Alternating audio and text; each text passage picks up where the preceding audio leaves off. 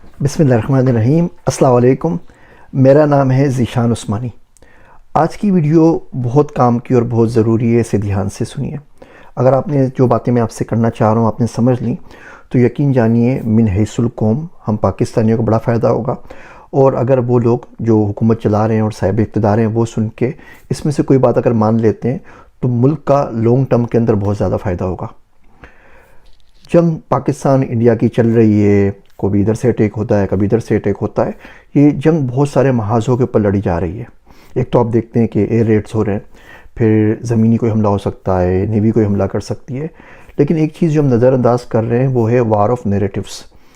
कौन कितना ज़्यादा सच घुमा फिरा के बोल सकता है, कौन कितना ज़्यादा झूठ बोल सकता है और किस तरह दुनिया को बावर करवा सकता है कि वो जो झूठ कह रहा है उसको सच माना जाए और वही सच है।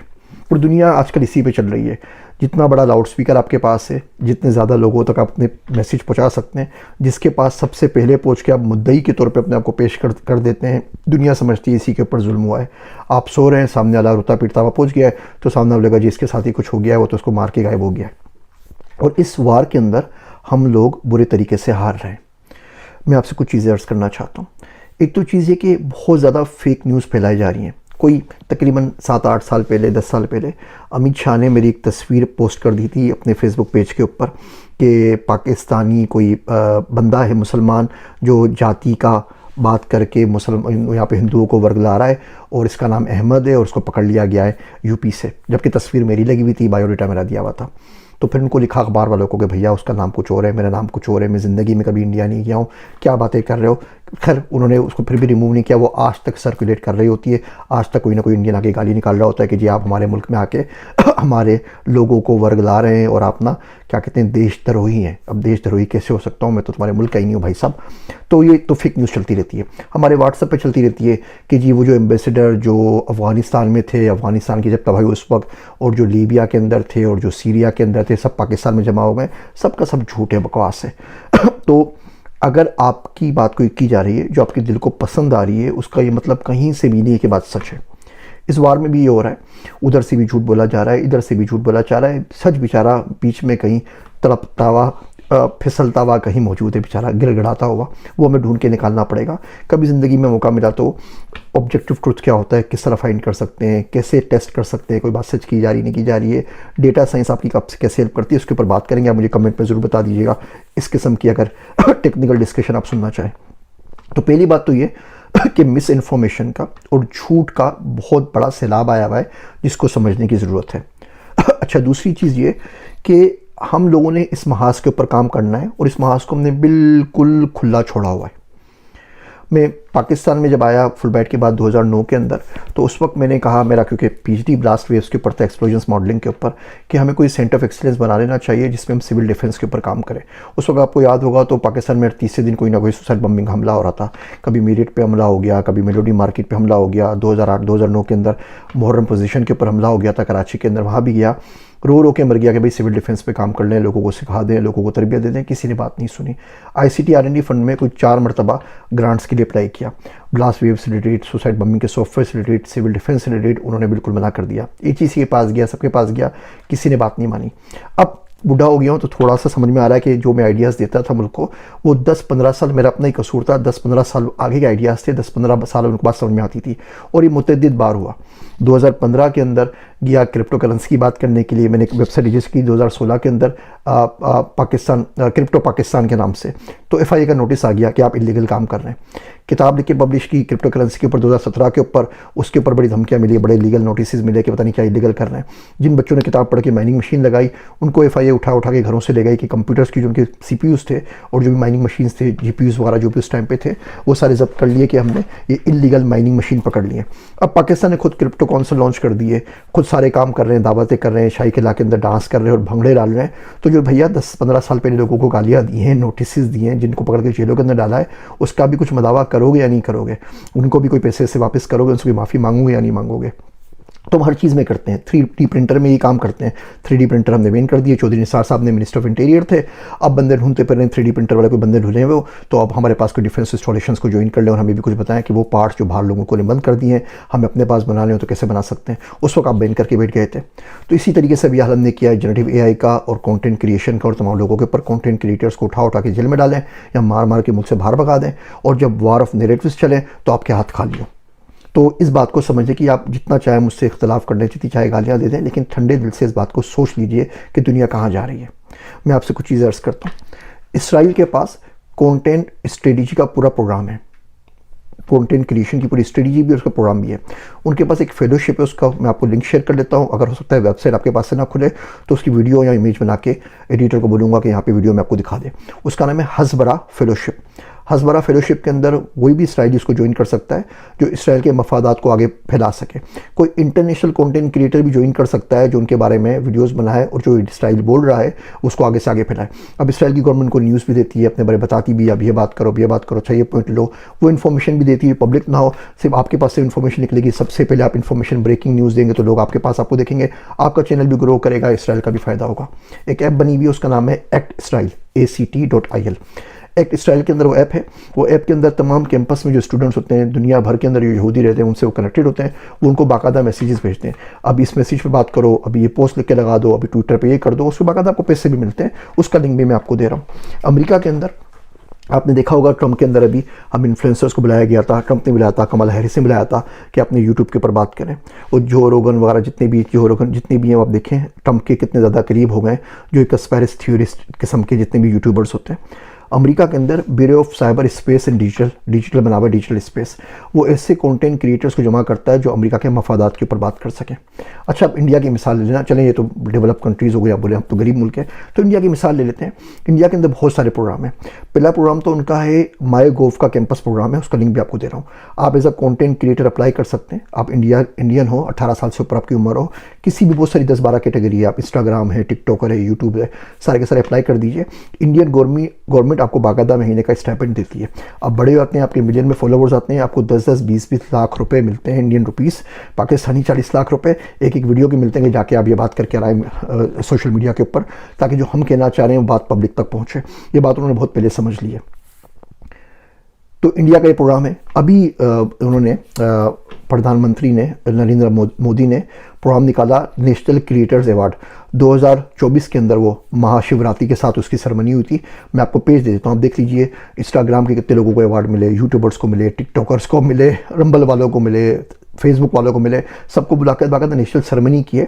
उन तमाम लोगों के ऊपर, ये गुरुजी हैं, ये टेक पढ़ा रहे हैं, इनको भी अवार्ड दे दो, ये नए क्रिएटर हैं, ये मुहिब वतन हैं, इनको दे दीजिए, वो क्या कहते हैं, देशभक्त हैं, देशभक्त को आप दे दीजिए, सारे के सारे अवार्ड्स। ये पाकिस्तान की तरफ हो रहा है। पाकिस्तान के अंदर आज तक ऐसा गवर्नमेंट लेवल का प्रोग्राम क्यों नहीं बन सका कि वो कुछ कंटेंट क्रिएटर्स को हायर कर लें या उनको नर्चर करें, उनको ट्रेन करें। इतनी सोशल मीडिया कंपनीज हैं, और इस जो वॉर ऑफ नैरेटिव्स इसके ऊपर काम कर लें, इसके ऊपर एक आर्मी बना लीजिए, स्काउट्स बना लीजिए, 10, 12, 15, 20 बंदे रख लीजिए, 100 बंदे भी रख ले तो बहुत है ना।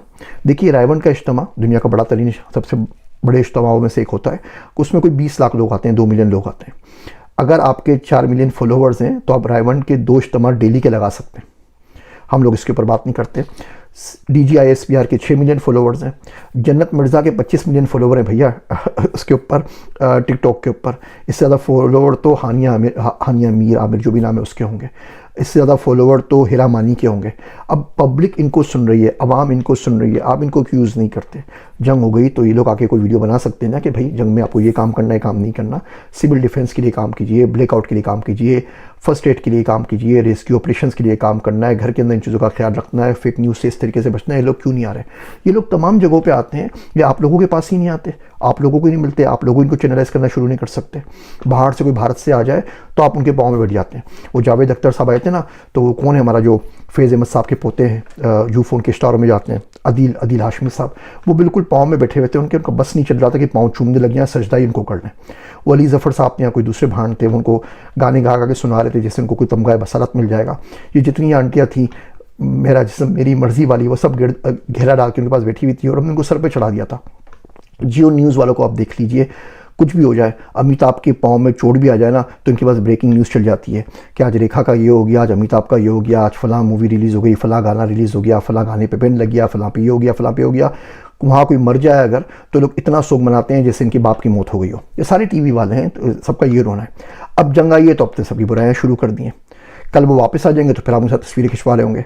असदुद्दीन ओवैसी साहब को सब सुनते हैं, अच्छे खासे फॉलोवर हैं। ये लोग सुबह शाम ट्वीट कर रहे हैं धड़ाधड़ पाकिस्तान के खिलाफ। जावेद अख्तर साहब भी और ओवैसी साहब भी कुत्तों की तरह भौंक रहे हैं।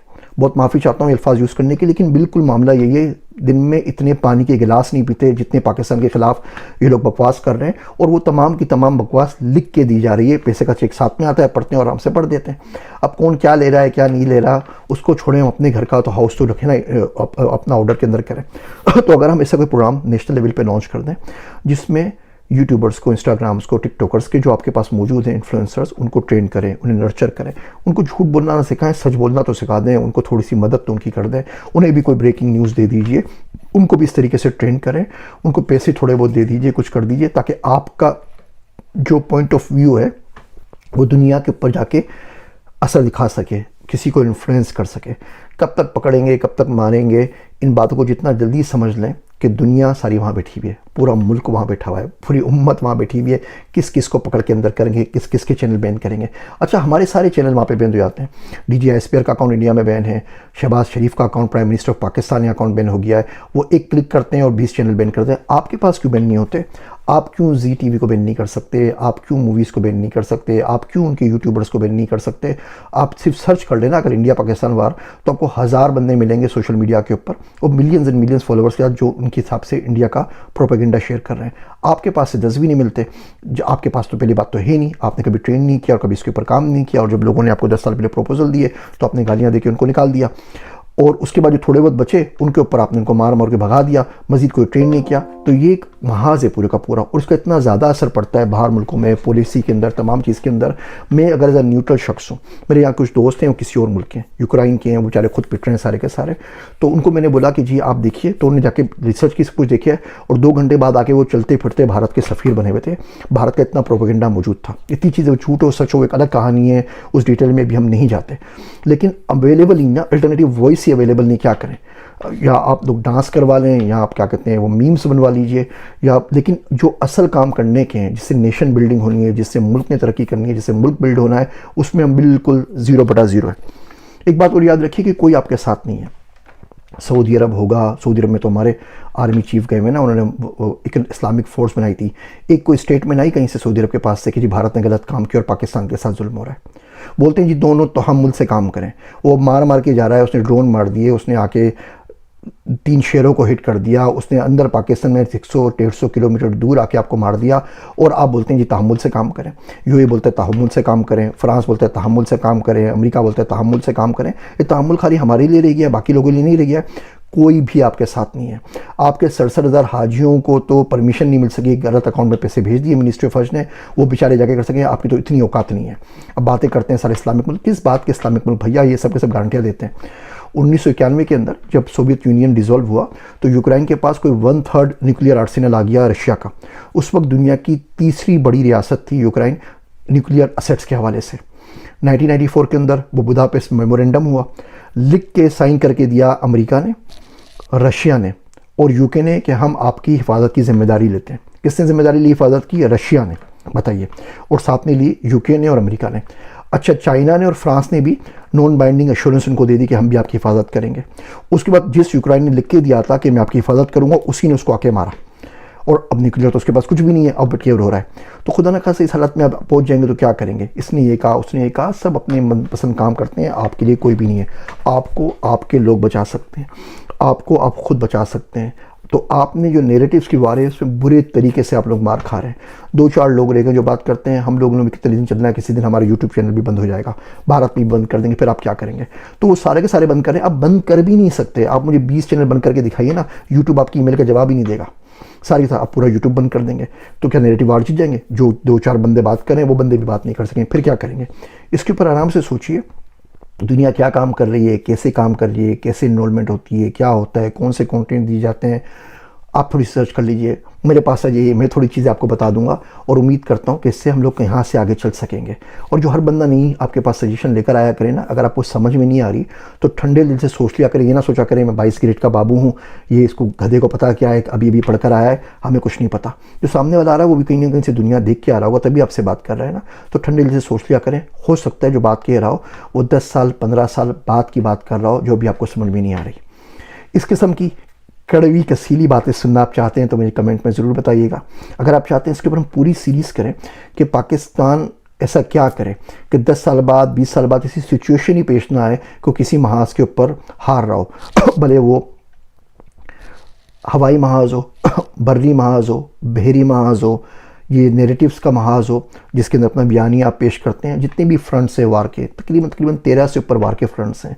साइबर सिक्योरिटी हो गया, एग्रीकल्चर हो गया, आबी वसाइल हो गया, वाटर हो गया, इनके ऊपर पूरी सीरीज़ करने के पाकिस्तान स्ट्रॉन्ग कैसे हो सकता है। सिर्फ नादरा को मोनेटाइज कर देना तो यकीन करें पूरी दुनिया में किसी से भीख मांगने की ज़रूरत ना पड़े। नादरा का इतना डेटा मौजूद है, इतने तरीक़ों से हम उसको मोनेटाइज कर सकते हैं। तो अगर आप चाहते हैं कि हम नादरा पे वीडियो बनाएं, पाकिस्तान के पास जो ऑलरेडी असेट्स मौजूद हैं उन्हें कैसे मोनेटाइज किया जा सकता है उसके ऊपर वीडियो बनाएं, या स्टडी चीज़ों के ऊपर बात करें। डेटा साइंस AI के ऊपर हम बात करते रहते हैं, उसमें मेरा चैनल भी इमर्जिंग टेक्नोलॉजीज़ का, डेटा साइंस की AI की सारी उस पर वीडियोज़ पढ़ी हैं। कोशिश करके सिविल डिफेंस का भी सोच रहा हूँ कोर्स बना के, कुछ टाइम मिलता है तो एक वीकेंड के ऊपर अगले वीकेंड तक तमाम बना के डाल दूँ, ताकि कहीं और से ना पढ़ने को मिले तो कम से कम वहाँ पढ़ लें। तो बताइएगा, किताब इन टॉपिक्स के ऊपर लिख दिए, गुफ्तगू पर अवेलेबल है। अगर आपको मालूम करना है कि दुनिया में आपका क्या मकाम है तो आप स्किल स्कोर चेक कर सकते हैं। दुनिया में आप कहाँ जाके काम कर सकते हैं तो आप वीज़ा ब्रिज को चेक कर सकते हैं। वो लिंक्स मैं सारे के सारे आपको दे रहा हूँ। तो अगर इन चीज़ों पर आप सुनना चाहते हैं तो मुझे कमेंट में ज़रूर बताइए और इस वीडियो को शेयर कर लीजिए। हो सकता है किसी न किसी ऐसे बंदे के पास पहुँच जाए जो पाकिस्तान के लिए कुछ कर सके। अल्लाह पाकिस्तान का हामी और नासिर हो। पाकिस्तान जिंदाबाद। मैं हूँ आप सबका ज़ीशान उस्मानी।